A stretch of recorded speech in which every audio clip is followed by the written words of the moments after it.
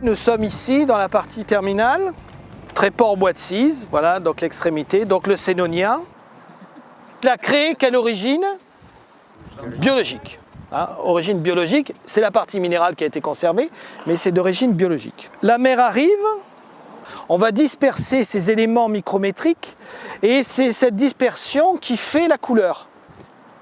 On a dit que la craie est constituée de petites particules à coller les unes aux autres. Il y a beaucoup de vide.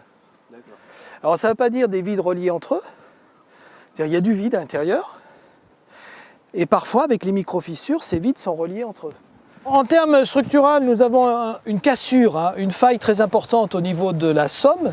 On entre plutôt dans le secteur de la baie de Somme, on va entrer plutôt dans un synclinal ou un anticlinal? Un synclinal.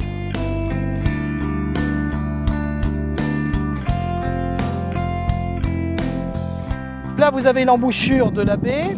En face, c'est le parc du Marcanterre, que vous connaissez peut-être. Et vous voyez que les dunes, elles commencent ici. Elles ont commencé à Cailleux, et puis elles vont continuer de manière importante sur le parc du Marcanterre.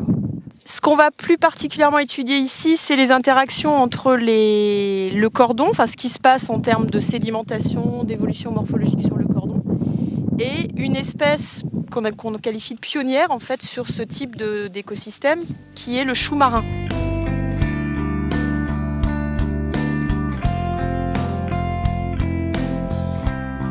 Donc le cordon de galets se termine dans ce secteur-là. La mer, au plus fort coefficient, arrive là. C'est ce qu'on appelle le shore. Donc les gens venaient extraire notamment les carbonates qui sont à l'intérieur.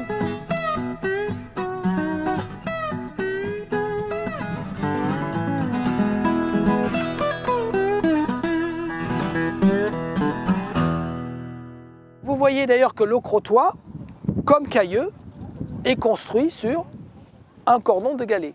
À l'instar du cordon du Hourdel, on avait le cordon de galets qui remontait ici vers le nord, donc sur la carte vous le voyez là sur vos cartes, et puis la Somme ressortait plus au nord.